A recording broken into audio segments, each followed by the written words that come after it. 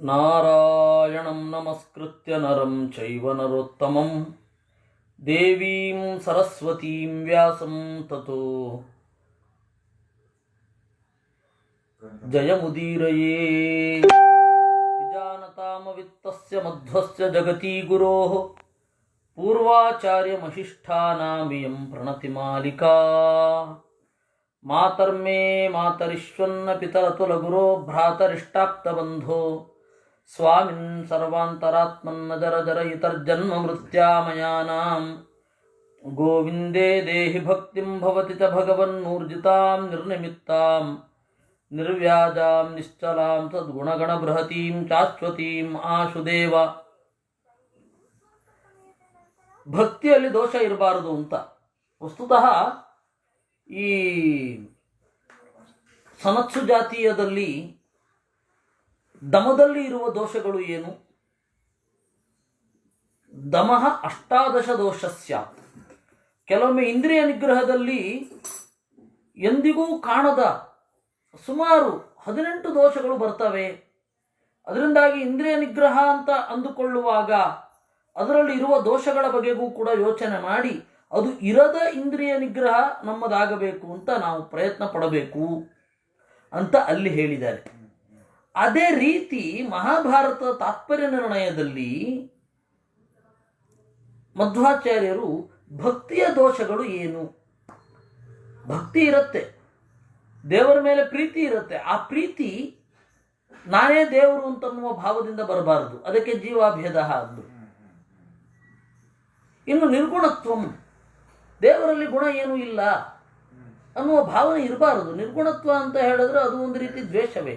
ಗುಣಗಳನ್ನು ಅಲ್ಲೆಗೆಳೆಯೋದು ದ್ವೇಷ ಇದ್ರೆ ಮಾತ್ರ, ಇಲ್ಲ ಅಂದರೆ ಇಲ್ಲ.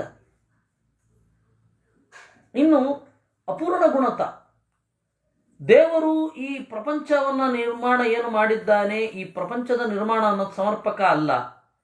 ಇಲ್ಲಿರುವ ನಿಯಮಗಳಿಗೆ ಅನೇಕ ತಿದ್ದುಪಡಿಗಳು ಬೇಕು.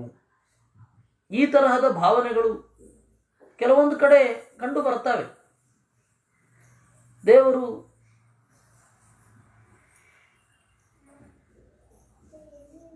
ದೇವರು ಯಾಕೆ ಹೀಗೆ ಮಾಡಿದ್ದಾನೆ ಹಾಗೆ ಮಾಡಿದ್ದಾನೆ ಅಂತ. ಒಂದು ಬುಡಕಟ್ಟು ಜನಾಂಗದವರ ಸಾಹಿತ್ಯದಲ್ಲಿ ಹೀಗೊಂದಿದೆ: ದೇವರನ್ನು ನಮಿಸು ಕತ್ತೆಗಳಿಗೆ ರೆಕ್ಕೆಗಳನ್ನು ಕೊಡದೇ ಇರೋದಕ್ಕೆ. ಕತ್ತೆಗಳಿಗೆ ರೆಕ್ಕೆಯನ್ನು ಕೊಟ್ಟಿದ್ದಿದ್ರೆ ನಿಮ್ಮ ಮನೆಯ ಮಾಡು ಪುಡಿ ಆಗ್ತಾ ಇತ್ತು ಅಂತ. ಅದರಿಂದಾಗಿ ದೇವರ ಸೃಷ್ಟಿಯಲ್ಲಿ ಅಪೂರ್ಣತೆಯನ್ನು ಕಾಣಬಾರದು, ಕಾಣೋ ಅಗತ್ಯ ಇಲ್ಲ. ಅಲ್ಲ, ನಾವು ಪೂರ್ಣವಾಗಿ ಮಾಡ್ಕೊಳ್ತೇವೆ ಅಂತ ಅಂದುಕೊಂಡ್ರೂ ಕೂಡ ನಮಗೆ ಆ ಬುದ್ಧಿಶಕ್ತಿಯನ್ನು ಕೊಟ್ಟಿದ್ದು ಅವರೇ ತಾನೇ. ಅಥವಾ ಪದಾರ್ಥವೇ ಇಲ್ಲದೆ ಹೋದರೆ ಯಾವುದನ್ನು ಇಟ್ಟುಕೊಂಡು ಪ್ರೊಡಕ್ಷನ್ನ ಆಗೋದು. ಹೀಗಾಗಿ ದೇವರ ಗುಣಗಳನ್ನು ಅಪೂರ್ಣ ಅಂತ ಎಣಿಸಬೇಡ. ಮತ್ತೆ ನಮಗೆ ಅಪೂರ್ಣ ಅಂತ ಕಾಣೋದು ನಮಗೆ ಶಕ್ತಿ ಇಲ್ಲದೆ ಇರೋದ್ರಿಂದ.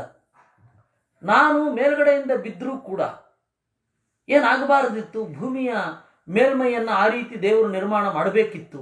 ಬೆಟ್ಟದಿಂದ ಮೇಲ್ಗಡೆ ಬಿದ್ದರೂ ಕೂಡ ಸ್ಪಂಜಿನಲ್ಲಿ ಬಿದ್ದ ಹಾಗೆ ಇರಬೇಕಿತ್ತು. ಆದರೆ ಮೇಲ್ಗಡೆಯಿಂದ ಬಿದ್ದು ಕೈಕಾಲು ಪುಡಿಯಾಗುವಂತೆ ದೇವರು ನಿರ್ಮಾಣ ಏಕೆ ಮಾಡಿದ? ಹೌದು, ನಮಗೆ ಪೂರ್ಣ ಶಕ್ತಿ ಇದ್ದಿದ್ರೆ ಈ ಪ್ರಶ್ನೆಯೇ ಮೂಡ್ತಾ ಇರಲಿಲ್ಲ. ಹೀಗಾಗಿ ದೇವರ ಒಂದು ಶಕ್ತಿ, ದೇವರ ಒಂದು ಕಲೆ, ದೇವರ ಒಂದು ಚಾತುರ್ಯ, ಸೃಷ್ಟಿ ರಚನಾ ಕೌಶಲ್ಯ, ಇವುಗಳಲ್ಲಿ ದೋಷವನ್ನು ನೀವು ಎಣಿಸಬೇಡಿ. ಹೀಗಾಗಿ ದೇವರಲ್ಲಿ ಅಪೂರ್ಣವಾದ ಗುಣಗಳಿದೆ ಅಂತ ಯೋಚನೆ ಮಾಡಬೇಡಿ. ಅದು ದೇವರ ಪೂರ್ಣತ್ವವನ್ನು ಆರಾಧನೆ ಮಾಡೋದಕ್ಕೆ ವಿರುದ್ಧವಾಗಿ ಹೋಗುತ್ತೆ. ಇನ್ನು ಸಾಮ್ಯ, ದೇವರು ಬೇರೊಬ್ಬರಿಗೆ ಸಮನಾಗಿದ್ದಾನೆ ಅಂತಂದಾಗ ಇದೇ ಪ್ರಾಬ್ಲಮ್ ಬರುತ್ತೆ. ಇದೇ ಪ್ರಾಬ್ಲಮ್, ದೇವರು ಬೇರೊಬ್ಬರಿಗೆ ಸಮನಾಗಿದ್ದಾನೆ ಅನ್ನೋದು. ದೇವರಿಗಿಂತ ಒಬ್ಬ ಮಿಗಿಲಾಗಿದ್ದಾನೆ ಅಂತ ಹೇಳಿದಾಗ ದೇವರು ಯಾಕೆ ಹೀಗೆ ಮಾಡಬೇಕು? ಅವನನ್ನು ನಿಯಂತ್ರಣ ಮಾಡೋರು ಬೇರೆ ಯಾರೋ ಇದ್ದಾರೆ. ಕೆಲವೊಂದು ಭಕ್ತರ ಕಥೆಗಳೆಲ್ಲ ಬಂದಿವೆ. ದೇವರು ಅವರನ್ನ ಕೇಳಿಕೊಂಡ, ದೇವರು ಅವರ ಹಾಗೆ ಇರ್ತಾನೆ. ಕೆಲವೊಂದು ಲೋಕಲ್ ಲ್ಯಾಂಗ್ವೇಜ್ ರಿಫ್ಲೆಕ್ಷನ್ಸಲ್ಲಿ, ರೀಜನಲ್ ರಿಫ್ಲೆಕ್ಷನ್ಸ್ ಆಫ್ ಮಹಾಭಾರತಾದಿಗಳಲ್ಲಿ ಬೇರೆ ಬೇರೆ ತರಹದ ಕಥೆಗಳು ಇದೆ.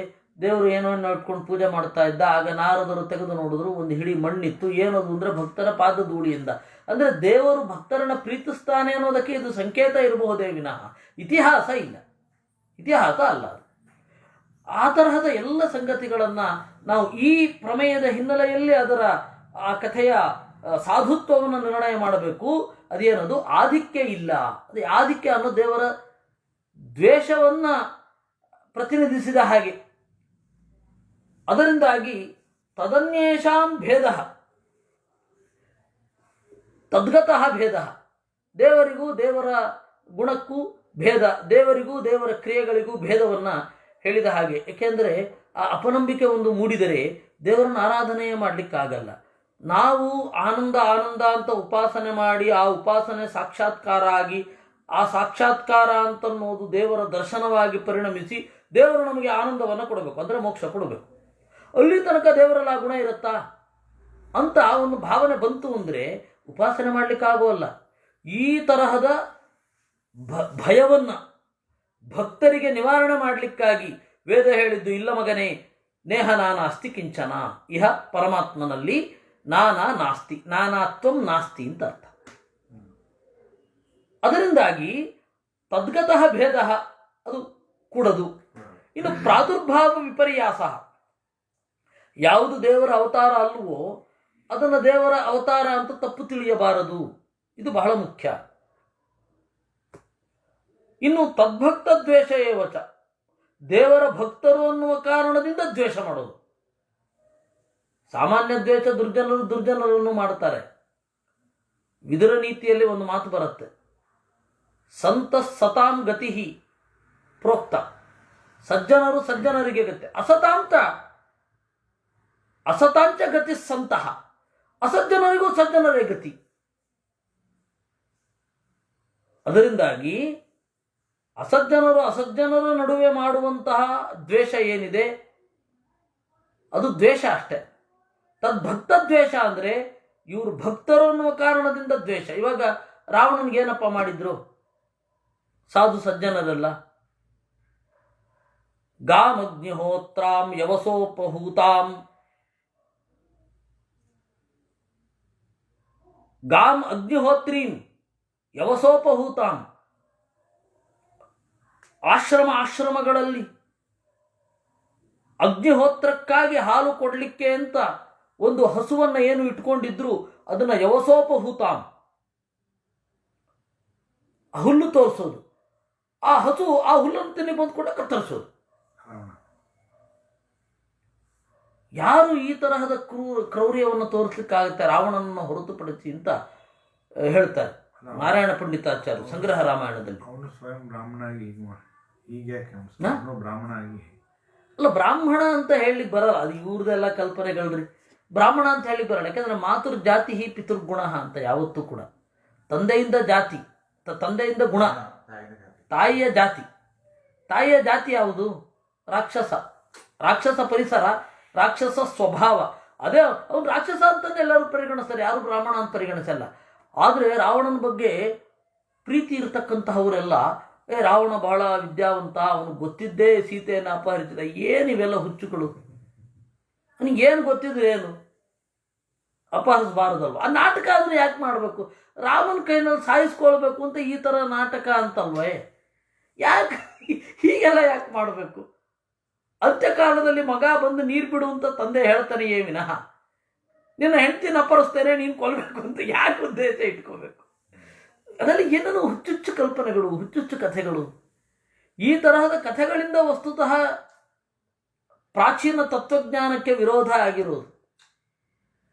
ಈ ಕಥೆ ಕಟ್ಟೋದನ್ನು ನಿಲ್ಲಿಸಬೇಕು. ಅಲ್ಲಿ ಮೂಲದಲ್ಲಿ ಏನಿದೆ ಅಷ್ಟನ್ನು ಮಾತ್ರ ಚಿಂತನೆ ಮಾಡಬೇಕು, ಅಷ್ಟು ಸಾಕು. ಈ ಥರದ ಕಥೆ ಕಟ್ಟಿದ್ರೆ ಇದ್ದದ್ದೆಲ್ಲ ಹೋಗುತ್ತೆ, ಇರೋದು ಗೊತ್ತಾಗಲ್ಲ. ಇದೇ ಇವತ್ತೇನೋ ಒಂದು ಸುದ್ದಿ ಬಂತು, ಗಣೇಶ ಮಹಾಭಾರತ ಬರ್ಲಿಕ್ಕೆ ತನ್ನ ಹಲ್ಲು ಮುರ್ಕೊಂಡಾತಿ. ಎಲ್ಲಿಯಾದರೂ ಉಂಟ? ಹೆಂಡತಿ ಹತ್ರ ಕುಂಕುಮ ಇಲ್ಲ ಅಂತ ಹೇಳಿ ಗಂಡನದ್ದು ಕೈ ಚುಚ್ಚಿ ರಕ್ತದಲ್ಲಿ ಹಚ್ಕೊಳ್ಳೋದು. ಏನು ಹುಚ್ಚುತನಗಳು ಇವೆಲ್ಲ. ನಗು ಬರುತ್ತೆ ಇವನ್ನೆಲ್ಲ ಕೇಳ್ತಾ ಇದ್ರೆ. ಜನರಿಗೆ ಅದು ಯಾವಾಗ ಬುದ್ಧಿ ಬರುತ್ತೋ. ಹಾಗೆ ಏನು ಬೇಕಿಲ್ಲ ಅದು. ಅದರಿಂದಾಗಿ ರಾವಣ ಸಹಜವಾಗಿ ದುಷ್ಟ. ಅವನು ದೊಡ್ಡವನ ಕಥೆ ಕಟ್ಟಲಿಕ್ಕೆ ಹೋದರೆ ಅದು ಇನ್ನೂ ಭೀಕರ ಅಪಹಾಸ್ಯಕ್ಕೆ ಹೊರಡಾಗತ್ತೆ ಯೋಚನೆ ಮಾಡಿದ್ರೆ. ಬೇಕಿಲ್ಲ, ಅಲ್ಲಿರೋದನ್ನು ನಾವು ಒಪ್ಪಿಕೊಂಡ್ರೆ ಸಾಕು. ಅದರಿಂದಾಗಿ ಅದರಿಂದಾಗಿ ಅಸಜ್ಜನರ ನಡುವಿನ ದ್ವೇಷ ಏನಿದೆ ಅದು ದೋಷ ಅಲ್ಲ. ಅವ್ರ ಭಕ್ತರು ಅಂತ ರಾವಣನಿಗೆ ಏನು ಮಾಡಿದ್ರು ಆ ಋಷಿಗಳೆಲ್ಲ? ಅವ್ರ ಪಾಡಿಗೆ ಅವರೆಲ್ಲ ಇದ್ರು ತಾನೆ. ಇವನು ಜನಸ್ಥಾನ ಅಂತ ವ್ಯಂಗ್ಯವಾಗಿ ನಾಮಕರಣ ಮಾಡಿ ಅಲ್ಲಿ ಯಾಕೆ ಇರಿಸ್ಬೇಕು ಖರದೂಷಣಾದಿಗಳನ್ನು?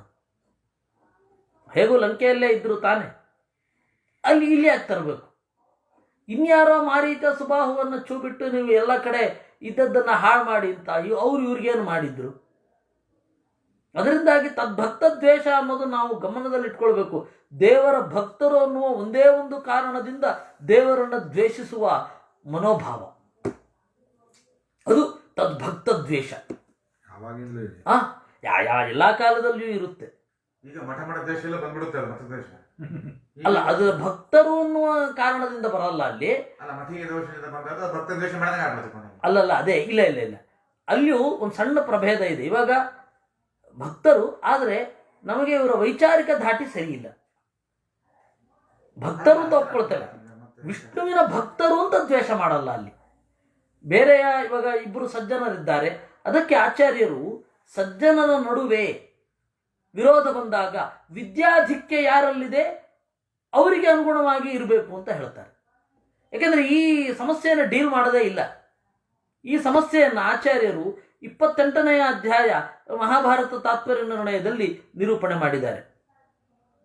ಹೀಗಾಗಿ ಭಕ್ತರಲ್ಲಿ ಭಿನ್ನಾಭಿಪ್ರಾಯಗಳು ಅದು ತೊಂದರೆ ಇಲ್ಲ. ಬೇಕು, ಮನುಷ್ಯನಲ್ಲಿ ಅವನ ಪರಿಸರ ಬೇರೆ, ಇವನ ಪರಿಸರ ಬೇರೆ. ಅವನಿಗೆ ಅದರ ಅನುಭವವೇ ಆಗಿರಲ್ಲ, ಇವನಿಗೆ ಅದರ ಅನುಭವ ಆಗಿರುತ್ತೆ. ಇವಾಗ ನಮ್ಮ ಸ್ವಾಮಿಗಳು ಕೇರಿಗೆ ಹೋದಾಗ ಬಹಳ ಸಾಂಪ್ರದಾಯಿಕರು ವಿರೋಧ ಮಾಡಿದ್ರು. ಆದರೆ ಸ್ವಾಮಿಗಳ ಭಾವಕೋಶದಲ್ಲಿ ಇದ್ದ ಒಂದು ಸಮಸ್ಯೆಯೇ ಬೇರೆ. ಅವರು ತೀರಾ ಚಿಕ್ಕಂದಿನಲ್ಲಿ ಇದ್ದಾಗ, ಸುಮಾರು ಒಂದು 5 ವರ್ಷದ ಹುಡುಗ ಆಗಿದ್ದಾಗ ಆಡ್ತಾ ಆಡ್ತಾ ಆಡ್ತಾ ಬಾವಿಗೆ ಬಿದ್ದರು. ಆವಾಗ ಅಲ್ಲಿ ಇದ್ದ ಒಬ್ಬ ಚನಿಯನೋ ಗುರವನೋ ಅವನು ಹೋ ಅಂತ ಎಲ್ಲರಿಗೂ ಹೇಳಲಿಕ್ಕೆ ಶುರು ಮಾಡ್ದ. ಧಣಿಯರೇ ಬನ್ನಿ ಅಂತ ಹೇಳಿ ತನ್ನ ಧಣಿಗಳನ್ನು ಕರೀತಾ ಇದ್ದಾನೆ. ಆಗ ಸ್ವಾಮಿಗಳ ಚಿಕ್ಕಪ್ಪ ಬಂದು ಅವ್ರನ್ನ ಎಬ್ಬಿಸಿದ್ರು. ಪುಟ್ಟ ಹುಡುಗ, ವೆಂಕಟರಮಣ, 5 ವರ್ಷದ ಹುಡುಗ. ಆಗ ಅವ್ರಿಗೆ ಡೌಟ್ ಬಂತು. ಅವ್ರ ಅಮ್ಮನ ಹತ್ರ ಕೇಳಿದ್ರು, ಅವನಿಗೆ ಈಜು ಬರೋದಿಲ್ವಾ ಕೊರವನಿಗೆ? ಇಲ್ಲ, ಬರೋ, ನಮಗಿಂತ ಚೆನ್ನಾಗಿ ಈಜುತ್ತಾರೆ. ಮತ್ತು ಬಾವಿಯಲ್ಲಿ ಯಾಕೆ ನನ್ನ ಯಾಕೆ ರಕ್ಷಣೆ ಮಾಡಲಿಲ್ಲ? ಅವ್ರ ಮೇಲ್ಗಡೆ ನಿಂತ್ಕೊಂಡು ಬೊಬ್ಬೆ ಹೊಡೆಯೋದಾ ಅಂತ ಕೇಳಿತಂತೆ ಆ ಮಗು, 5 ವರ್ಷದ ಮಗು. ಅವ್ನ ಮೇಲ್ಗಡೆ ನಿಂತ್ಕೊಂಡು ಬೊಬ್ಬೆ ಹೊಡೆಯೋದಾ? ಆ ಚಿಕ್ಕಂದಿನಲ್ಲಿ ಹೌದು, ನಾನು ಇನ್ನೊಂದು ಸ್ವಲ್ಪ ಹೊತ್ತು ಬಿಟ್ಟಿದ್ರೆ ಸತ್ತೇ ಹೋಗ್ತಾ ಇದ್ದೆ, ನನ್ನ ಕಾಪಾಡಲಿಕ್ಕೆ ಅವನಿಗೆ ಶಕ್ತಿ ಇತ್ತು, ಅವನ್ಯಾಕೆ ಬರಲಿಲ್ಲ ಅನ್ನೋದು ಮೊದಲನೇ ಪ್ರಶ್ನೆ ಆ ಮಗುವಿಗೆ ಬಂದದ್ದು. ಎರಡನೆಯದ್ದು, ಅವರು ಮೇಲ್ಗಡೆ ಹೋಗ್ತಿದ್ದ ಹಾಗೆ ಅವ್ರಿಗನ್ನಿಸಿತು ಮಠದ ಒಳಗಡೆ ಗೇಣಿಯನ್ನು ಎಲ್ಲರೂ ತೆಗೆದುಕೊಳ್ತಾರೆ. ಒಂದು ಮಠ ಅಂತ ಹೇಳಿದ ಕೂಡಲೇ ಚಾಲಗೇಣಿ, ಮೂಲಗೇಣಿ ಅದು ಮುಸ್ಲಿಮರು ತೊಗೊಂಡಿದ್ರು, ಕ್ರಿಶ್ಚಿಯನ್ರು ತೊಗೊಂಡಿದ್ರು. ಇವರು ಮಾತ್ರ ಯಾಕೆ ಒಳಗಡೆ ಬರೋದಿಲ್ಲ? ಅವರು ಒಳಗಡೆ ಬಂದು ಮಠದ ಪ್ರಾಂಗಣದಲ್ಲಿ ನಿಂತು ಹೋಗ್ತಾರೆ, ಇವರು ಮಠದಿಂದ ದೂರ ಇರ್ತಾರೆ. ಅದು ಯಾಕೆ? ಅವರ ಭಾವಕೋಶದಲ್ಲಿ ದಾಖಲಾಗಿದ್ದ ಸಮಸ್ಯೆಗಳು. ಅದಕ್ಕೆ ಅವರು ಶಾಸ್ತ್ರವನ್ನು ನೋಡಿದಾಗ ಇಲ್ಲ, ಆ ಅಸ್ಪೃಶ್ಯತೆಗೆ ಅರ್ಥ ಇಲ್ಲ ಅಂತ ಅವ್ರಿಗನ್ನಿಸಿತು. ಆ ಪರಿಸ್ಥಿತಿ ಬೇರೆಯವರು ಬರಲೇ ಇಲ್ಲ, ಅದರಿಂದಾಗಿ ಅವರು ವಿರೋಧಿಸಿದ್ರು. ಹೀಗಾಗಿ ಇಬ್ಬರು ವಿಷ್ಣು ಭಕ್ತರೇ, ಅವರಿಬ್ಬರಿಗೆ ಬಂದ ಭಿನ್ನಾಭಿಪ್ರಾಯ ಇದೆಯಲ್ಲ,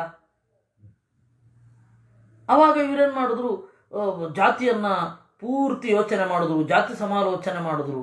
ಎಷ್ಟು ಜಾತಿಗಳಿದೆ, ಯಾವುದಕ್ಕೆ ಯಾವುದು ಅಸ್ಪೃಶ್ಯ, ಯಾವುದಕ್ಕೆ ಯಾವುದು ಸ್ಪೃಶ್ಯ, ಆ ದಾಖಲೆಯನ್ನು ಅವರು ಕಡೆಯವರೆಗೂ ನೆನಪಿಟ್ಟುಕೊಂಡಿದ್ರು. ಅದೊಂದು ವಿಶ್ವಕೋಶ. ಧರ್ಮಶಾಸ್ತ್ರದ ಬದಲಾವಣೆಗಳು ಎಲ್ಲಿರುತ್ತೆ ಅವ್ರಿಗೆ ಅರ್ಥ ಆಗ್ಬಿಟ್ಟಿತ್ತು, ಮೂಲ ಎಲ್ಲಿ ಏನು ಅಂತ. ಹೀಗಾಗಿ ಅವರೇನು ಮಾಡಿದ್ರು, ಆ ಥರ ಹೋದ್ರು. ಆದರೆ ಅದಕ್ಕೆ ವಿರೋಧ ಬಂತು. ವಿರೋಧ ಮಾಡಿದವರೆಲ್ಲರೂ ಕೂಡ ಸಾಂಪ್ರದಾಯಿಕರೇ, ಅವರು ವಿಷ್ಣು ಭಕ್ತರೇ. ಅದು ಭಿನ್ನಾಭಿಪ್ರಾಯ ಇದೆ.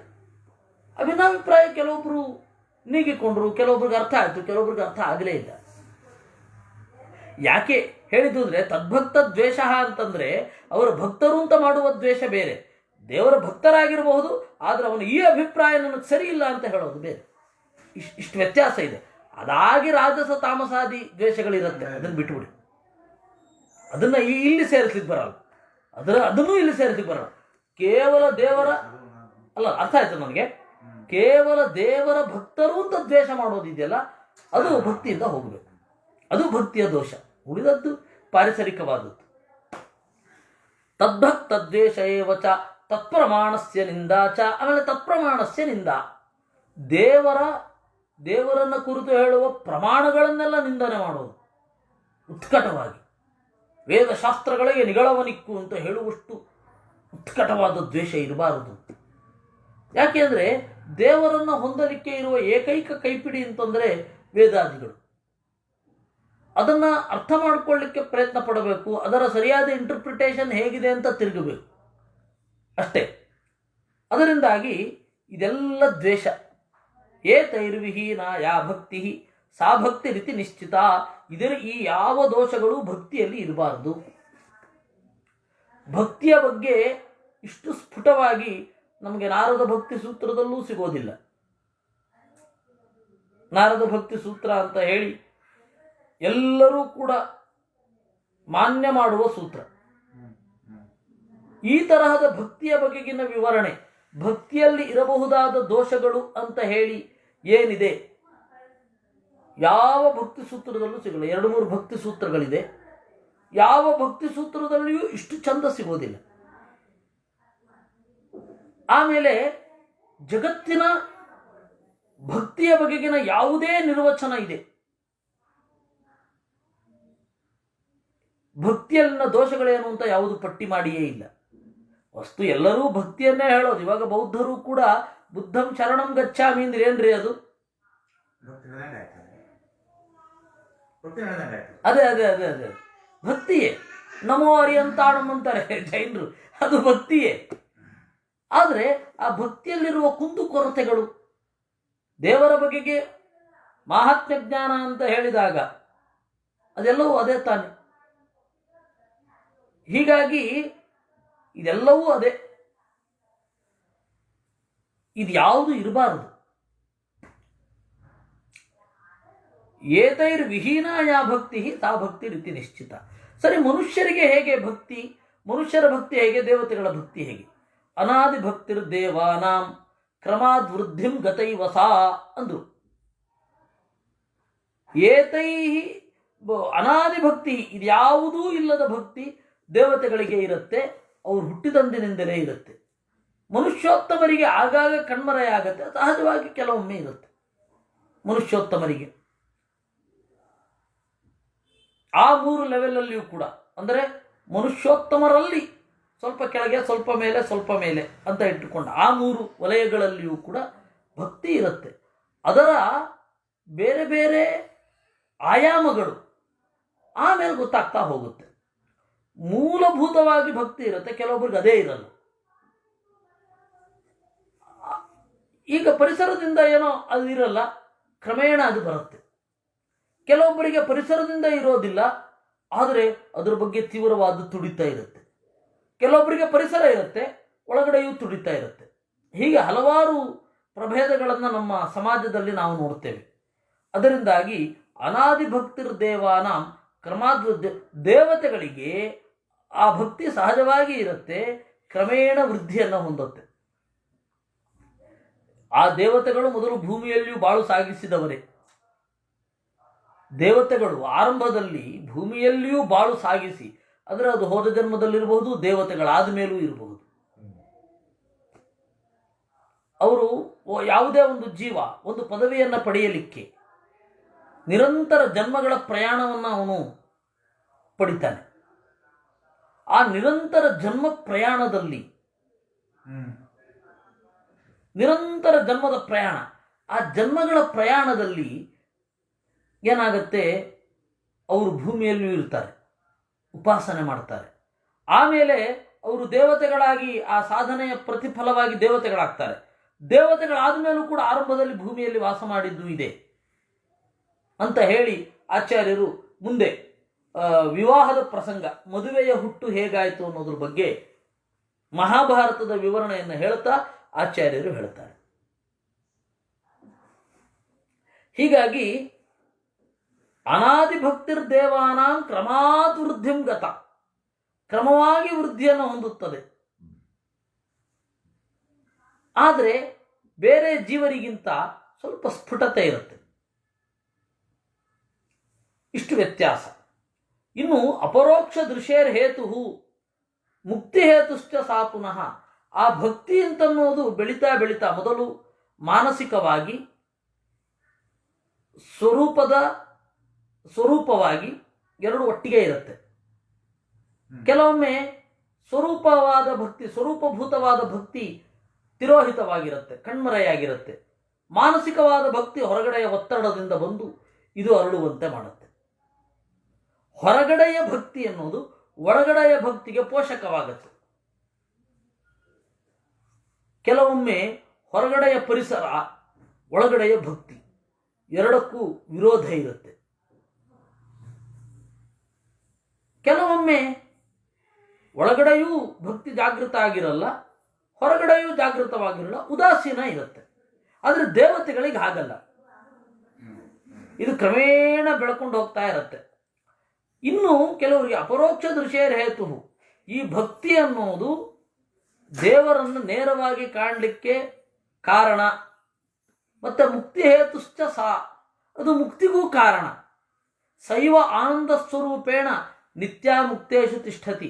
ಈ ಭಕ್ತಿಯೇ ಮುಕ್ತರ ಆನಂದ.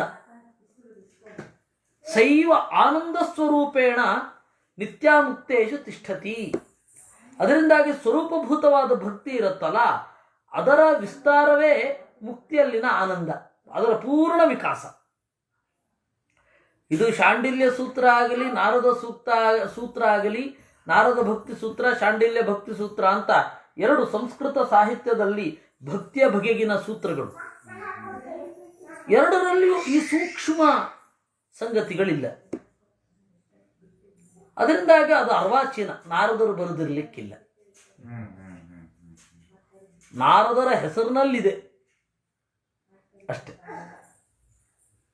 ಶೈವ ಆನಂದ ಸ್ವರೂಪೇಣ ನಿತ್ಯ ಮುಕ್ತೇಶು ತಿಷ್ಠತಿ. ಆ ಭಕ್ತಿಯೇ ಆನಂದ, ಅಲ್ಲಿ ಪ್ರಭೇದ ಇರಲ್ಲ. ಹೇಗೆ? ಯಥಾ ಶೌಕ್ರ್ಯಾದಿಕಂ ರೂಪಂ ಗೋರ್ಭವತ್ಯೇವ ಸರ್ವದಾ ಅಂತ ಹೇಳ್ತಾರೆ. ಯಥಾ ಶೌಕ್ರ್ಯಾದಿಕಂ ರೂಪಂ, ಹೇಗೆ ಬಿಳಿಯೇ ಗೋವೋ, ಗೋವೇ ಬಿಳಿಯೋ. ಗೋವಿನ ಬಿಳಿ ಅಂತ ಹೇಳೋದು ನಮ್ಮ ಭಾಷೆಯ ಸೌಕರ್ಯ ಮತ್ತೆ ನಮ್ಮ ಪ್ರಜ್ಞೆಯ ಶಕ್ತಿ, ಅದೇ ವಿಶೇಷ. ವಿಶೇಷ ಅಂದ್ರೆ ಸಾಮರ್ಥ್ಯ. ನಮ್ಮ ಭಾಷೆಗೆ ಶಕ್ತಿ ನೀಡಿದ್ದು ನಮ್ಮ ಮನಸ್ಸು. ಆ ನಮ್ಮ ಮಾನಸಿಕವಾದ ಶಕ್ತಿ ಏನಿದೆ ಅದನ್ನು ವಿಶೇಷ ಅಂತ ಕರೆಯೋದು. ಹೀಗಾಗಿ ವಿಶೇಷ ಅನ್ನೋದು ಮಧ್ವರ ಪರಿಭಾಷೆಯಲ್ಲಿ ಟೆಕ್ನಿಕಲ್ ಟರ್ಮ್ ಅಲ್ಲ, ಸಹಜವಾದ ಭಾಷೆಯೇ. ಏಕೆಂದರೆ ಅವರವರ ನಮ್ಮ ಈ ಫಿಲಾಸಫರ್ಸೇ ಅವರವರ ಭಾವವನ್ನು ಅಭಿವ್ಯಕ್ತಿಗೊಳಿಸ್ಬೇಕಾದ್ರೆ ಟೆಕ್ನಿಕಲ್ ಟರ್ಮನ್ನು ಯೂಸ್ ಮಾಡ್ಕೋತಾರೆ. ನಮ್ಮ ಪರಿಭಾಷೆಯಲ್ಲಿ ಹೀಗೆ ಅಂದರೆ ಹೀಗೆ ಅಂತ. ಆಚಾರ್ಯರದು ಯಾವುದನ್ನು ಯೂಸ್ ಮಾಡಲಿಲ್ಲ, ಯಾವ ಟೆಕ್ನಿಕಲ್ ಟರ್ಮನ್ನು ಯೂಸ್ ಮಾಡಲಿಲ್ಲ. ಇವಾಗ ವಿಜ್ಞಾನ ಓದಬೇಕಾದ್ರೆ ಒಂದಷ್ಟು ಟೆಕ್ನಿಕಲ್ ಟರ್ಮ್, ಇದು ಇಷ್ಟು ಅಂತ ತಿಳ್ಕೊಳ್ಬೇಕು, ಆಮೇಲೆ ಮುಂದೆ ಹೋಗಬೇಕು. ಹಾಗೆ ಆಚಾರ್ಯರ ಸಿದ್ಧಾಂತಕ್ಕೆ ಇದು ಟೆಕ್ನಿಕಲ್ ಟರ್ಮು, ನಮ್ಮ ಒಳಗಡೆ ನಾವು ಬಳಸಲಿಕ್ಕೆ ಇದು ಮುಂದೆ ಇಲ್ಲ, ಆ ಥರ ಇಲ್ವೇ ಇಲ್ಲ. ಆದರೆ ಅದನ್ನ ಟೆಕ್ನಿಕಲ್ ಟರ್ಮಿನ ಮೂಲಕ ನಿರೂಪಣೆ ಮಾಡಬೇಕಾಗಿ ಬಂತು ಒಂದು ಕಾಲದಲ್ಲಿ. ಇರಲಿ ನೋಡಿ, ಯಥಾ ಶೌಕ್ಳ್ಯಾದಿಕಂ ರೂಪಂ ಗೋಹ ಭವತಿ. ಶೌಕ್ಳ್ಯಾದಿಕಂ ರೂಪಂ, ಬಿಳಿ ಮತ್ತೆ ಗೋವು ಎರಡು ಬೇರೆ ಅಲ್ಲ. ಆ ರೀತಿ ಭಕ್ತಿಯ ಇನ್ನೊಂದು ರೂಪವೇ, ಭಕ್ತಿಯ ಇನ್ನೊಂದು ಆಯಾಮ, ಅದು ಸುಖ ಜ್ಞಾನಾದಿಕಂ ರೂಪಂ. ಸುಖ ಜ್ಞಾನ ಹೀಗೆ ಅದು ಒಟ್ಟಂದ. ಇದು ಸುಖ ಜ್ಞಾನಾದಿಕಂ ರೂಪಂ ಗೋಹ ಭವತಿ. ಅದನ್ನ ಅಪರೋಕ್ಷ ದೃಶ್ಯೇರ್ ಹೇತು ಅಂತ. ಇಲ್ಲಿ ದೃಶಿ ಅಂತನ್ನೋದು ಧಾತು. ಧಾತುವಿನ ಅರ್ಥ ದರ್ಶನ. ನೇರವಾಗಿ ದೇವರನ್ನು ಕಾಣುವುದಕ್ಕೆ ಭಕ್ತಿ ಅನ್ನೋದು ಕಾರಣ. ಇದೇನಿದು? ದೃಷಿ ಅಂತ ಹೇಳಿ ಲೌಕಿಕ ಸಂಸ್ಕೃತದಲ್ಲಿ ಪ್ರಯೋಗ ಮಾಡಲ್ಲ. ಹೌದು, ನೀವೇ ಹೇಳ್ತಾ ಇದ್ದೀರಲ್ಲ, ಲೌಕಿಕ ಸಂಸ್ಕೃತದಲ್ಲಿ ಪ್ರಯೋಗ ಮಾಡಲ್ಲ. ಮತ್ತೆ ಭಾಗವತದಲ್ಲಿ ಪ್ರಯೋಗ ಮಾಡ್ತಾರೆ. ಯತ್ರ ದೃಶಿಶ್ರಿತಾಮೇ, ಅಲ್ಲಿ ದೃಷಿ ಅಂತಂದ್ರೆ ದರ್ಶನ ಅಂತಾನೆ. ನನ್ನ ಕಣ್ಣು ಅಲ್ಲಿ ನೆಟ್ಟು ಹೋಗಿದೆ ಅಂತ. ವೇದದಲ್ಲಿ ನೃಚಕ್ಷಸೋ ದೃಶಯೇ ಕರ್ಣಯೋನಯಃ ಅಂತ ದೃಶಯೇ ಅಂತ ಪ್ರಯೋಗ ಇದೆ. ವೇದದಲ್ಲಿರುವಂತೆಯೇ ಪ್ರಯೋಗ ಇಲ್ಲಿ ಇದೆ. ಅಪರೋಕ್ಷ ದೃಶೇ ಹೇತು, ದೇವರನ್ನು ನೇರವಾಗಿ ಕಾಣಲಿಕ್ಕೆ ಕಾರಣ ಆಗತ್ತೆ ಭಕ್ತಿ. ಹೀಗೆ ಸುಖಜ್ಞಾನಾದಿಕಂ ರೂಪಂ, ಭಕ್ತಿಯ ಇನ್ನೊಂದು ಆಯಾಮವೇ ಸುಖ ಜ್ಞಾನ. ಹೀಗೆ ಭಕ್ತೈವ ತುಷ್ಟಿಮಭ್ಯೇತಿ ವಿಷ್ಣು ನಾಣ್ಯೇನ ಕೇನಚಿತ್, ಭಕ್ತಿಯಿಂದಲೇ ದೇವರ ತೃಪ್ತಿ, ಇನ್ಯಾವುದರಿಂದಲೂ ಅಲ್ಲ. ಅಂದರೆ ಜ್ಞಾನಪೂರ್ವಕವಾದ ಮಾಹಾತ್ಮ್ಯ ಬುದ್ಧಿ ಅದು ನಿತ್ಯವಾಗಿ ಇರಬೇಕು. ಆ ನಿತ್ಯವಾದ ಸ್ನೇಹ ಈ ಯಾವ ದೋಷಗಳು ಹೊಂದಿರಬಾರದು. ಸಯೇವ ಮುಕ್ತಿದಾತಾಚ ಭಕ್ತಿಸ್ತತ್ರೈಕ ಕಾರಣಂ, ಅವನೇ ಮುಕ್ತಿಯನ್ನು ಕೊಡುವವ. ಭಕ್ತಿಯೇ ಮುಕ್ತಿಗೆ ಕಾರಣ, ಭಕ್ತಿಯೇ ದೇವರ ಪ್ರೀತಿಗೆ ಕಾರಣ. ಬ್ರಹ್ಮಾದೀನಾಂಚ ಮುಕ್ತಾನಾಂ ತಾರತಮ್ಯೇತು ಕಾರಣಂ, ಬ್ರಹ್ಮಾದಿಗಳು ಉತ್ಕಟವಾದ ಸುಖವನ್ನು ಅನುಭವಿಸ್ತಾರೆ. ಅವರಿಂದ ಉಪದೇಶ ಪಡೆದವರು ಕೆಳಗಿನವರು, ಅವರ ಶಿಷ್ಯರು ಬ್ರಹ್ಮದೇವರಷ್ಟು ಉತ್ಕಟವಾದ ಸುಖವನ್ನು ಪಡೆಯೋದಿಲ್ಲ. ಯಾಕೆಂದರೆ ಅಲ್ಲಿ ಭಕ್ತಿ ಹಾಗಿಲ್ಲ. ಅಂದರೆ ದೇವರ ಮಹತ್ವ ಬುದ್ಧಿ ಅನುಭವಕ್ಕೆ ಅವ್ರು ಹೆಚ್ಚು ಬರ್ತಾ ಇರುತ್ತೆ. ಹೀಗಾಗಿ ಅವರ ಉಪಾಸನೆಯಲ್ಲಿ ಅಷ್ಟು ಶಕ್ತಿ ಇರುತ್ತೆ. ಇವಾಗ ಎಲ್ಲರೂ ಸರ್ವಜ್ಞರಾಗಲಿಕ್ಕೆ ಸಾಧ್ಯ ಇಲ್ಲ ಅಲ್ಲ, ಎಲ್ಲರೂ ಸರ್ವಜ್ಞರಲ್ವಾ? ಯಾಕೆ? ಸರ್ವ ಇದೆ ಅಂತ ತಿಳಿದಿದ್ದಾರಲ್ವ, ಎಲ್ಲರೂ ಸರ್ವಜ್ಞರು. ಎಲ್ಲರೂ ಎಲ್ಲ ಅಂತ ಪ್ರಯೋಗ ಮಾಡ್ತಾರಲ್ಲ. ಸರ್ವಜ್ಞ ಅಂದ್ರೇನು? ಎಲ್ಲವನ್ನೂ ತಿಳಿದವನು. ಎಲ್ಲ ಅನ್ನುವ ಪದ ಗೊತ್ತಿದೆ, ಆದರೆ ಎಲ್ಲ ಅಂತನ್ನುವ ಪದಕ್ಕೆ ಅರ್ಥ ಅವರವರ ಒಳಗಡೆಯ ವಿಸ್ತಾರ.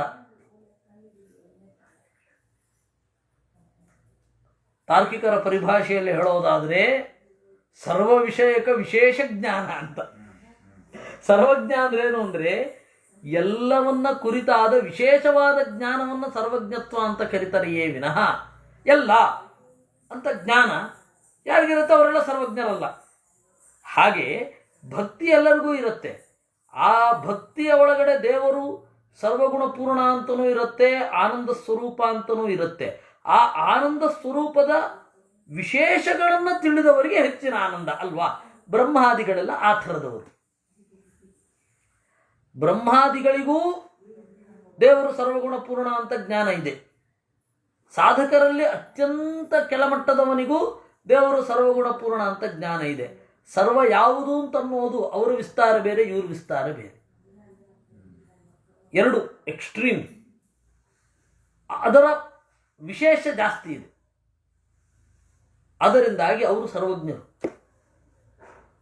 ಅವರು ಆ ಉಪಾಸನೆಯಲ್ಲಿ ಹೆಚ್ಚಿನ ಶಕ್ತಿ ಇದೆ. ಅವರು ಎಷ್ಟು ಆನಂದ ಮಾತ್ರ ಅಂತ ಸಾಕ್ಷಾತ್ಕರಿಸಿಕೊಂಡಿದ್ದಾರೋ ಅಷ್ಟು ಆನಂದ ಅವ್ರಿಗಿದೆ, ಇವನಿಗಷ್ಟಿಲ್ಲ. ಅದಕ್ಕೆ ಹೇಳಿದ್ದು ಬ್ರಹ್ಮಾದೀನಾಂಚ ಮುಕ್ತಾನಾಂ ತಾರತಮ್ಯೇತು ಕಾರಣಂ ಅಂತ. ತಾರತಮ್ಯ ಸ್ಥಿತಾನಾದಿ ನಿತ್ಯಾ ಭಕ್ತಿರ್ನ ಚೇತರತ್. ತಾರತಮ್ಯಕ್ಕೆ ಕಾರಣ ಯಾವುದು ಅಂತಂದರೆ ಅನಾದಿ ನಿತ್ಯವಾದ ಭಕ್ತಿ. ಭಕ್ತಿಯೇ ತಾರತಮ್ಯಕ್ಕೆ ಕಾರಣ. ಅವರಿಗೆ ಸುಖ ಜಾಸ್ತಿ ಆಗತ್ತೆ, ಇವ್ರಿಗೆ ಸುಖ ಕಡಿಮೆ ಆಗತ್ತೆ. ಇದಕ್ಕೆ ಕಾರಣ ಭಕ್ತಿಯೇ. ಇನ್ನೂ ಇಲ್ಲಿ ತಾರತಮ್ಯ ಇರುವ ಹಾಗೆ ದೇವರ ದ್ವೇಷಗಳಲ್ಲಿಯೂ ತಾರತಮ್ಯ ಇದೆ. ಅದಕ್ಕನುಗುಣವಾದ ದುಃಖದ ತಾರತಮ್ಯವೂ ಇದೆ, ದುಃಖದ ಹೈರಾರ್ಕಿಯೂ ಇದೆ. ಯಾರು? ಮಾನುಷೇಷು ಅಧಮಾ ಕಿಂಚಿತ್ ದ್ವೇಷಯುಕ್ತ ಸದಾಹರವು ದುಃಖ ನಿಷ್ಠಾಸ್ತತಸ್ತೇಪಿ ನಿತ್ಯಮೇವ ನತಂತಯ. ಮನುಷ್ಯರಲ್ಲಿ ಅಧಮರಿರ್ತಾರಲ್ಲ. ಈಗ ಮನುಷ್ಯರಲ್ಲಿ ಉತ್ತಮರು ದೇವರ ಗುಣಪೂರ್ಣತೆಯನ್ನು ಚಿಂತಿಸಿ ಆದರೂ ಚಿಂತಿಸ್ತಾರೆ. ಮನುಷ್ಯ ಮಧ್ಯಮರು ಅವರಿಗೆ ಅಗತ್ಯ ತೀರಿದ್ರೆ ಸಾಕು, ಯಾವ ದೇವರು ಅಂತ ಹೇಳಿ ಅವ್ರಿಗೇನು ಬೇಕಿಲ್ಲ. ಇನ್ನು ಮನುಷ್ಯಾಧಮರು ಇರ್ತಾರೆ. ಮನುಷ್ಯಾಧಮರು ಸ್ವಲ್ಪ ದೇವರಲ್ಲಿ ದ್ವೇಷ ಇರುತ್ತೆ. ಮಾನುಷೇಷು ಅಧಮ ಕಿಂಚಿತ್ ದ್ವೇಷಯುಕ್ತ ದುಃಖನಿಷ್ಠ, ಅದರಿಂದಾಗ ಅವ್ರಿಗೆ ನಿತ್ಯ ದುಃಖ ಇರುತ್ತೆ. ನಿತ್ಯಮೇವ ನ ಸಂಶಯ. ಮಧ್ಯಮ ಮಿಶ್ರಭೂತತ್ವಾತ್, ಮನುಷ್ಯರಲ್ಲಿ ಮಧ್ಯಮರಿದ್ದಾರಲ್ಲ, ನಿತ್ಯ ಮಿಶ್ರ ಫಲ ಸ್ಮೃತ, ಅವರು ಪರಿಸರ ಹೇಗಿದ್ರೆ ಹಂಗೆ ತಿರ್ಕೋತಾರೆ. ಅವರು ದ್ವೇಷಿ ಅಂದರೆ ಇವರು ದ್ವೇಷಿ ಆಗ್ತಾರೆ. ದ್ವೇಷದ ಪರಿಸರ ಇದ್ದರೆ ದ್ವೇಷಿಗಳಾಗ್ತಾರೆ, ಸ್ನೇಹದ ಪರಿಸರ ಇದ್ದರೆ ಸ್ನೇಹಗಳಾಗ್ತಾರೆ. ಅದರಿಂದಾಗಿ ಅವರು ಹಾಗೆ. ಕಿಂಚಿತ್ ಭಕ್ತಿಯುತ ನಿತ್ಯ ಉತ್ತಮಾಸ್ತೇನ ಮೋಕ್ಷಿಣಃ, ಅವ್ರಿಗೆ ಯಾಕೆ ಮಿಶ್ರ ಫಲ ಅಂದರೆ ಸ್ವಲ್ಪ ಭಕ್ತಿಯೂ ಇರುತ್ತೆ. ಅದರಿಂದಾಗಿ ಅವರ ಸ್ವರೂಪ ಮಿಶ್ರಿತವಾಗಿರುತ್ತೆ. ಮಿಶ್ರ ಫಲ, ದೇವರನ್ನ ಸುಖಾತ್ಮಕ, ಮುಕ್ತಿಯನ್ನು ನೀಡುವವ ಅಂತ ಉಪಾಸನೆ ಮಾಡಲಿಕ್ಕಾಗಲ್ಲ. ದೇವ್ರಿಗೆ ಸುಖ ಇದೆ, ಶಕ್ತಿ ಇದೆ ಅಲ್ಲ, ಹಾಗೆ ಯೋಚನೆ ಮಾಡ್ತಾರೆ. ಸುಖದ ಬಗ್ಗೆ, ಜ್ಞಾನದ ಬಗ್ಗೆ ಅವರು ಯೋಚನೆಯೇ ಹೋಗೋದಿಲ್ಲ. ಗೊತ್ತಾಯ್ತಲ್ಲ, ದೇವರ ಅರಿವಿನಲ್ಲಿ, ದೇವರ ಭಕ್ತರ ಅರಿವಿನಲ್ಲಿ ಜ್ಞಾನದ ಸ್ಫುಟತೆಗಳು ಹೇಗಿರ್ತವೆ ಅನ್ನೋದು ಯೋಚನೆ, ಮದ್ದಿಗೂ ಕೂಡ ಅವ್ರ ಯೋಚನೆ ಬಂದಿರಲ್ಲ. ಇನ್ನೇನು ಆಳವಾದ ಜ್ಞಾನವೋ ದೇವರಿಗೆ ಗೊತ್ತು. ಹೀಗಾಗಿ ಮಧ್ಯಮರಲ್ಲಿ ಶಕ್ತಿ ಇದೆ, ಆದ್ದರಿಂದಾಗಿ ದೇವರಲ್ಲಿ ಸುಖ ಇದೆ. ಅವ್ರ ಭಾಷೆಯಲ್ಲಿ ದೇವರು ಆರಾಮವಾಗಿರ್ತಾನೆ ಅಷ್ಟೆ. ಅಂಥವರಿಗೆ ಮಿಶ್ರ ಫಲ. ಉತ್ತಮ ಹಾಗಿಲ್ಲ, ಅವರಿಗೆ ಭಕ್ತಿ ಇದೆ. ಆ ಭಕ್ತಿಯ ಉತ್ಕಟತೆ ಅನುಸಂಧಾನದಲ್ಲಿ ತೀವ್ರವಾಗುವಲ್ಲ, ಒಂದು ಕಡೆಗೆ ನಿಂತು ಬಿಡುತ್ತೆ. ಯಾಕೆಂದರೆ ಅಷ್ಟು ಸುಖವನ್ನು ಅನುಭವಿಸ್ಲಿಕ್ಕಾಗೋದಿಲ್ಲ, ಅವಾಗ ಒಂದು ಕಡೆಗೆ ನಿಲ್ಲಲೇಬೇಕು. ಅದು ಪಾಯಿಂಟ್. ನಿತ್ಯ ಉತ್ತಮಾಸ್ತೇನ ಮೋಕ್ಷಿಣಃ, ಅದರಿಂದಾಗಿ ಅವರು ಉತ್ತಮ ಮೋಕ್ಷವನ್ನು ಹೊಂದುತ್ತಾರೆ. ಈ ಭಕ್ತಿಯ ತಾರತಮ್ಯವನ್ನು ತೆಗೆದುಕೊಂಡಾಗ ಬ್ರಹ್ಮಣ ಪರಮಾ ಭಕ್ತಿ, ಬ್ರಹ್ಮದೇವರಿಗೆ ಪರಮ ಭಕ್ತಿ, ಅದರಿಂದಾಗಿ ಮೋಕ್ಷಿಣಃ, ಅವರು ಮೋಕ್ಷವನ್ನು ಹೊಂದಿರ್ತಾರೆ. ಬ್ರಹ್ಮದೇವರು ಸರ್ವೇಭ್ಯ ಪರಮಃ, ಎಲ್ಲರಿಗಿಂತ ಮಿಗಿಲು. ಯಾಕೆ ಅಂತಂದರೆ ಭಕ್ತಿ ಮಿಗಿಲಾಗಿ ಇರುತ್ತೆ. ಆದ್ದರಿಂದ ಇತ್ಯಾದೀನಿತ ವಾಕ್ಯಾನಿ ಪುರಾಣೇಶು ಪೃಥಕ್ ಪೃಥಕ್, ಇವೇ ಮೊದಲಾದ ವಾಕ್ಯಗಳು ಪುರಾಣದಲ್ಲಿ ಬೇರೆ ಬೇರೆ ಕಡೆ ಇದೆ. ಅದನ್ನು ಒಂದು ಕಡೆ ಸಂಗ್ರಹಿಸಿ ನಾನು ಹೇಳಿದ್ದೇನೆ. ಹೌದಪ್ಪ, ಇದನ್ನೆಲ್ಲ ಹೇಳುವಂತಹ ಗುರು ನಾವು ನಿಮ್ಮನ್ನೇ ನೋಡಿದ್ದು, ಅಂದರೆ ಮಧ್ವಾಚಾರ್ಯನೇ ನೋಡಿದ್ದು. ಗುರುಗಳ ಲಕ್ಷಣ ಹೇಳಿ. ಅದಕ್ಕೆ ಸೌಂದರ್ಯ ಶಾಸ್ತ್ರ ಅನ್ನೋದು ತತ್ವಶಾಸ್ತ್ರದಿಂದ ಭಿನ್ನ ಏನೂ ಅಲ್ಲ. ಸೌಂದರ್ಯ ಶಾಸ್ತ್ರ ಅನ್ನೋದು ತತ್ವಶಾಸ್ತ್ರದ ಒಂದು ಅಂಗ ಅನ್ನೋದನ್ನು ಮಧ್ವಾಚಾರ್ಯರು ಮೊದಲು ನಮಗೆ ಹೇಳಿದ್ದು. ಆದರೆ ನಮಗೆ ಆ ಸೌಂದರ್ಯ ಶಾಸ್ತ್ರದ ಬಗ್ಗೆ ಲಕ್ಷ್ಯವೇ ಇರಲಿಲ್ಲ. ಆದರೆ ಆಚಾರ್ಯ ಒಂದೇ ಹೇಳಿದ್ರು, ಲಕ್ಷಣ ಮತ್ತು ಸೌಂದರ್ಯ ಎರಡೂ ಒಂದಾಗಿರುವ ಸಾಧ್ಯತೆಯೂ ಇದೆ. ಕೆಲವೊಂದು ಕಡೆ ಲಕ್ಷಣ ಬೇರೆ, ಸೌಂದರ್ಯ ಬೇರೆ. ಈ ಅಂಶವನ್ನು ಯಾರು ಗಮನಿಸ್ತಿಲ್ಲ. ಲಕ್ಷಣ ಸೌಂದರ್ಯ ಈಸ್ಥೆಟಿಕ್ಸ್ ಏನಿದೆ ಅದು ವೆಸ್ಟರ್ನ್ಸು ಅವ್ರದ್ದು ಕೊಡುಗೆ, ನಮ್ಮಲ್ಲಿಯೂ ಉಂಟು, ಅದೇ ರಸೋವೈತಃ ಇತ್ಯಾದಿ ಇತ್ಯಾದಿಗಳು. ಅವ್ರಿಗೆ ಸೌಂದರ್ಯ ಶಾಸ್ತ್ರ ನಮ್ಮಲ್ಲಿ ಉಂಟು, ಸೌಂದರ್ಯ ಮೀಮಾಂಸೆ ನಮ್ಮಲ್ಲಿ ಉಂಟು ಅನ್ನೋದೇನಿದೆ ಅದು ವಿದೇಶಿಯರಿಂದ ನಮ್ಮಲ್ಲಿದೆ ಅಂತ ಹೇಳ್ತಾ ಇದ್ದಾರೆ ವಿನಃ ಅಭಿಜಾತವಾದ ಸೌಂದರ್ಯ ಶಾಸ್ತ್ರ ನಮ್ಮಲ್ಲಿ ಏನು ಹೇಳುತ್ತೆ ಅಂತ ಅನ್ನೋದು ಗೊತ್ತಿಲ್ಲ. ಸೌಂದರ್ಯ ಅಂದ್ರೆ ಏನು ಅಂತ ನೋಡೋಣ. ಉಂದಿ ಕ್ಲೇದನೆ ಅಂತ ಧಾತು. ಉಂದಿ ಕ್ಲೇದನೆ ನಮ್ಮ ಭಾವನೆಯನ್ನು ತೋಯಿಸುವಂಥದ್ದು, ಅಥವಾ ಭಾವುಕತೆಯಿಂದ ನಮ್ಮ ಪ್ರಜ್ಞೆಯನ್ನು ತೋಯಿಸುವಂಥದ್ದೇನಿದೆ ಅದು ಸುಂದರ. ಉತ್ಕಟವಾಗಿ ನಮ್ಮ ಬುದ್ಧಿಯನ್ನು ಭಾವನೆಯಿಂದ ತೋಯಿಸುವಂತಹ ಒಂದು ಚಲುವನ್ನು, ಎದುರುಗಡೆ ಇರುವ ವಸ್ತುವಿನ ಅಭಿವ್ಯಕ್ತಿಯನ್ನು ಸುಂದರ ಅಂತ ಕರೀತಾರೆ. ಆ ಸುಂದರದ ಭಾವ ಸೌಂದರ್ಯ. ಉಂದಿಕ್ಲೇದೇನೆ ಅಂತ ಧಾತು ಸೌಂದರ್ಯ ಅಂದರೆ ಅದು.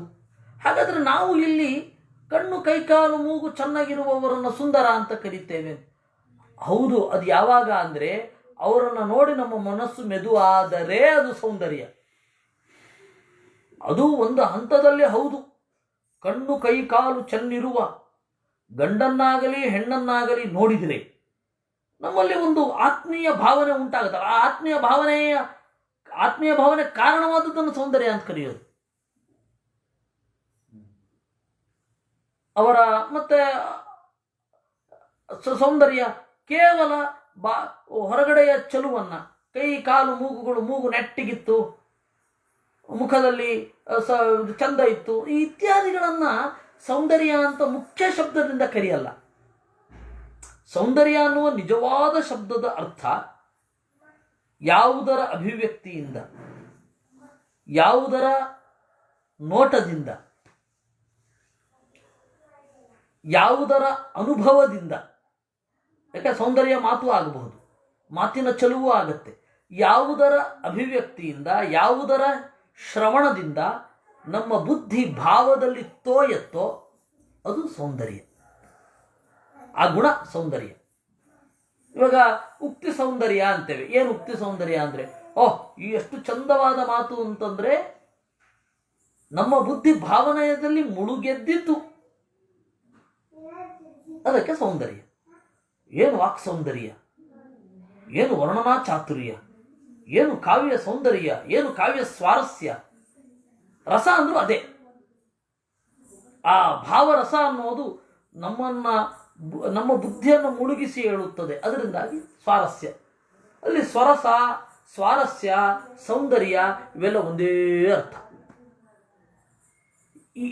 ಈ ದೊಡ್ಡ ಅರ್ಥದಲ್ಲಿ ಸೌಂದರ್ಯ. ಇದನ್ನು ಅರ್ಥ ಮಾಡ್ಕೊಳ್ಬೇಕು. ಸರಿ, ಗುರುವನ್ನು ಹೆಂಗೆ ಗುರುತಿಸೋದು ನೋಡಿ. ಮುಖ್ಯ ಗುರು ಅಂದರೆ ಹೀಗಿರ್ತಾನೆ ಎಂದು ಆಚಾರ್ಯ. ಅದರಿಂದಾಗಿ ಸೌಂದರ್ಯ ಮೀಮಾಂಸೆ ಅನ್ನೋದು ಇದರ ಜೊತೆಗೆ ಬೇಕು. ಆದರೆ ಆಚಾರ್ಯರು ಆ ಸೌಂದರ್ಯ ಮೀಮಾಂಸೆಯನ್ನು ಹೇಳಿದ್ದಾನೆ ಅನ್ನೋದು ಸಾಂಪ್ರದಾಯಿಕರು ಯಾಕ್ರಿ ಹೇಳಿಲ್ಲ? ಇವತ್ತು ನೀವು ಹೇಳ್ತಾ ಇದ್ದೀರಾ, ಸಾಂಪ್ರದಾಯಿಕರು ಯಾಕ್ರಿ ಹೇಳಿಲ್ಲ? ಯಾವುದೇ ಮಹಾಭಾರತ ತಾತ್ಪರ್ಯದ ವ್ಯಾಖ್ಯಾನದಲ್ಲಿ ನೋಡ್ರಿ, ಇದೆಯೋ ಇಲ್ವೋ? ಇಲ್ಲ. ಮತ್ತೆ ಈ ತನಕ ಯಾವ ಸ್ವಾಮಿಗಳು ಹೇಳಲಿಲ್ಲ. ಏನು ನೀವು ಒಬ್ಬರೇ ಹೇಳ್ತಾ ಇದ್ದೀರಲ್ಲ, ಹೆಂಗೆ ನಂಬೋದು ಅಂದರೆ ನಾವೇನು ಮಾಡೋಣ? ಅವರು ಷಣ್ಣವತ್ಯಂಗುಲೋ ಎಷ್ಟು ನೆಗ್ರೋಧ ಪರಿಮಂಡಲ ಆಚಾರ್ಯರು ಹೇಳ್ತಾ ಇರುವಾಗ ನೋಡಬೇಕಿತ್ತು. ಆ ಮಧ್ವವಿಜಯದ 7ನೇ ಸರ್ಗದಲ್ಲಿ ಆ ಸನ್ಯಾಸಿಯ ಚಂದವನ್ನು ಹೇಳಬೇಕೇ. ಕನಕಾತುಲ ತಾಲ ಸನ್ನಿಭ ಕಮಲಾಕ್ಷೋ ವಿಮಲೇಂದು ಸನ್ಮುಖ ಗಜರಾಜಗತಿರ್ಮಹಾಭುಜ ಪ್ರತಿಯಾನ್ ಕೋಯಮ ಪೂರ್ವ ಪೂರುಷ. ಇಲ್ಲಾಂದ್ರೆ ಸೌಂದರ್ಯ ಅನ್ನೋ ಶಬ್ದಕ್ಕೆ ಏನು ನಿರ್ವಚನ ಅಂತ ಕೇಳಿದಾಗ ನೀವು ಇದನ್ನು ಹೇಳಲೇಬೇಕು. ಅಂದ್ರೆ ಲಕ್ಷಣಭರಿತವಾದ ಸೌಂದರ್ಯ. ಸರಿ, ಗುರು ಅಂತಂದ್ರೆ ಗುರುವಿನ ಲಕ್ಷಣ ಏನು? ಪ್ರಧಾನವಾದ ಗುರು. ಆ ಪ್ರಧಾನವಾದ ಗುರುವಿನ ಲಕ್ಷಣವನ್ನ ಹೇಳ್ತಾರೆ. ಈ ಸೌಂದರ್ಯ ನಮ್ಮ ಮನಸ್ಸಿಗೆ ಬಂದ್ರೆ, ಮಧ್ವರ ಇತ್ತೀಚೆಗಿನ ಸ್ಕೆಚ್ಚು ನಮ್ಮ ಕಣ್ಣಿಂದ ಮಾಯ ಆಗಬೇಕು. ಆ ತರಹ ಇದೆ. ಅದೊಂದು ಆಚೆ ಮುಖ ತಿರುಗಿಸಿ ಹೀಗೆ ಇರೋದೊಂದು ಉಂಟು, ಅದು ಇಲ್ಲ ಆಗತ್ತೆ. ಇದನ್ನ ನೀವು ಈ ಸೌಂದರ್ಯ ಅನ್ನೋ ಪ್ರಜ್ಞೆಯನ್ನು ತಲೆಗೆ ಬಂತು ಅಂದ್ರೆ ಅದು ಖಂಡಿತ ಕಣ್ಮರೆ ಆಗತ್ತೆ.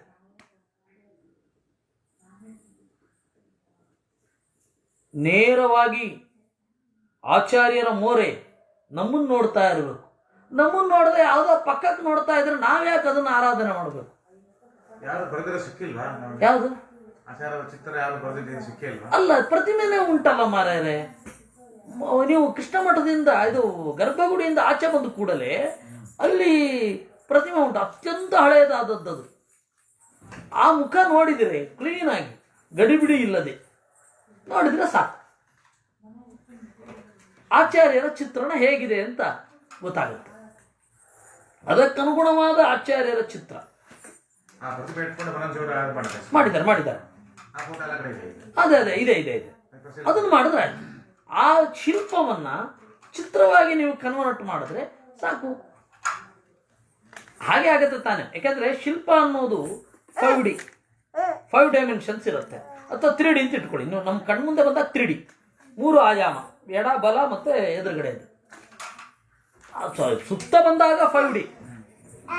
ಆ 4D ಅಥವಾ 3D ಚಿತ್ರವನ್ನು, 3D ಪ್ರತಿಮೆಯನ್ನು ನೀವು ಚಿತ್ರವಾಗಿ ಕನ್ವರ್ಟ್ ಮಾಡಿ ಏನು ಸಿಗತ್ತೆ ಅದೇ. ಅದರಿಂದಾಗಿ ಸೌಂದರ್ಯ ಅನ್ನೋದೇನಿದೆ, ಆ ಸೌಂದರ್ಯ ಅನ್ನೋದರ ಅರ್ಥ, ಆ ಲಕ್ಷಣವನ್ನು, ಆ ತರಹದ ಗುರುಗಳ ಲಕ್ಷಣವನ್ನು ಇಲ್ಲಿ ಹೇಳ್ತಾ ಇದ್ದಾರೆ. ಗುರುಗಳ ಲಕ್ಷಣ ಏನು? ಷಣ್ಣವತ್ಯಂಗುಲೋ ಯಸ್ತು ನ್ಯಗ್ರೋಧ ಪರಿಮಂಡಲ ಸಪ್ತಪಾದಶ್ಚತುರ್ಹಸ್ತ ದ್ವಾತ್ರಿಂಶಲ್ಲಕ್ಷಣೈರ್ಯುತ. ಷಣ್ಣವತ್ಯಂಗುಲ 96 ಅಂಗುಲ, ನ್ಯಗ್ರೋಧದಷ್ಟು ಅಗಲ, 7 ಅಡಿ 4 ವ್ಯಾಮ ಹೇಳ್ತಾನೆ. ದ್ವಾತ್ರಿಂಶಲ್ಲಕ್ಷಣೈರ್ಯುತ, ಈ ರೀತಿಯಾಗಿರೋ 32 ಲಕ್ಷಣಗಳು ಇರಬೇಕು. ಈ ತರಹದ ಗುರು ಅಸಂಶಯ, ಅವನಿಗೆ ಸಂಶಯ ಇರಬಾರದು. ಸಂಶಯಚ್ಛಿತ್, ಬೇರೆಯವರ ಸಂಶಯವನ್ನು ಕತ್ತರಿಸುವ ಸಾಮರ್ಥ್ಯ ಇರಬೇಕು. ಇಂಥವನು ಗುರು. ತಸ್ಮಾತ್ ಬ್ರಹ್ಮ ಗುರುರು ಮುಖ್ಯ. ಈ ಲಕ್ಷಣ ಪೂರ್ತಿಯಾಗಿ ಇರೋದು ಬ್ರಹ್ಮದೇವರಿಗೆ ಮಾತ್ರ. ಅದರಿಂದಾಗಿ ಮುಖ್ಯ ಗುರು ಅಂದರೆ ಬ್ರಹ್ಮದೇವರು. ಮಧ್ವಾಚಾರ್ಯ ಹೇಳ್ಬಿಟ್ರಣ, ಇನ್ನೇನು ನಾವ್ಯಾರು? ಹಾಗಾದ್ರೆ ಟೇಪ್ ರೆಕಾರ್ಡರು ಅಷ್ಟೇ. ಅಬ್ಬಬ್ಬ ಅಂದ್ರೆ ಅಧ್ಯಾಪಕ ರಾದೇವು. ಗುರು ಅಲ್ಲ, ಗುರು ಅವರೇ, ಆಚಾರ್ಯ ಒಬ್ಬರೇ ಅಥವಾ ಬ್ರಹ್ಮದೇವರೊಬ್ಬರೇ. ತಸ್ಮಾತ್ ಬ್ರಹ್ಮ ಗುರು ಮುಖ್ಯ ಸರ್ವೇಷಾಮೇವ ಸರ್ವದಾ. ಹಾಗಾದ್ರೆ ಬೇರೆಯವರು ಇಲ್ವಾ? ಅನ್ಯೇಪಿ ಸ್ವಾತ್ಮನೋ ಮುಖ್ಯ ಕ್ರಮಾತ್ ಗುರವ ಈರಿತ. ಇವರು ಕೂಡ ಕ್ರಮವಾಗಿ ಗುರುಗಳೇ, ಆದರೆ ಮುಖ್ಯ ಗುರು ಅಂದ್ರೆ ಬ್ರಹ್ಮದೇವರು. ಕ್ರಮ ಲಕ್ಷಣಹೀನಾಶ್ಚ ಲಕ್ಷಣ. ಅವು ನಂತರದ ಗುರುಗಳಿಗೆ ಲಕ್ಷಣ ಕಡಿಮೆ ಆಗಿರುತ್ತೆ. ಅದರಲ್ಲಿ 2 ಲಕ್ಷಣ ಅಲಕ್ಷಣ ಸಮಾಹ. ಅಲಕ್ಷಣ ಅಂತಂದ್ರೆ ಲಕ್ಷಣ ಇಲ್ಲದೆ ಇರೋದು, ಕೆಲವೊಮ್ಮೆ ಲಕ್ಷಣಕ್ಕೆ ವಿರುದ್ಧವಾಗಿರೋದು, ಇದು ಅಂತ ಹೇಳ್ತಾರೆ. ಅದು ಏನದು? 96 ಅಂಗುಲ ಅಂದರೆ ಏನು ಲೆಕ್ಕ? ನೆಗ್ರೋಧ ಪರಿಮಂಡಲ ಅಂತಂದ್ರೆ ಅವರ ಅಗಲ, ಸುತ್ತಳತೆ ಎಷ್ಟು ಬರಬೇಕು? ಚತುರ್ಹಸ್ತ ಅಂತಂದ್ರೆ ಯಾವ ತರಹ ಬರಬೇಕದು? ಇಡೀ ಒಬ್ಬ ವ್ಯಕ್ತಿಯ ಇಡೀ ದೇಹದ ಸ್ಕೆಚ್ ಹೇಗಿರಬೇಕು, ಅವನ ಉದ್ದ ಅಗಲಗಳು ಹೇಗಿರಬೇಕು, ಅವನ ದ್ವಾತ್ರಿಂಶ ಲಕ್ಷಣ ಇರುತ್ತ ಏನೋ ಹೇಳ್ತಾ ಇದ್ದೀರಾ. 32 ಲಕ್ಷಣ ಏನದು? ಅದನ್ನೆಲ್ಲ ನಿರೂಪಣೆ ಮಾಡ್ತಾರೆ. ಅದನ್ನು ನಾಳೆ ನೋಡೋಣ ಅಂತ ಹೇಳ್ತಾ ಇವತ್ತಿನ ಚಿಂತನೆಯನ್ನು ದೇವರಲ್ಲಿ ಅರ್ಪಿಸೋಣ. ಕೃಷ್ಣಾರ್ಪಣ.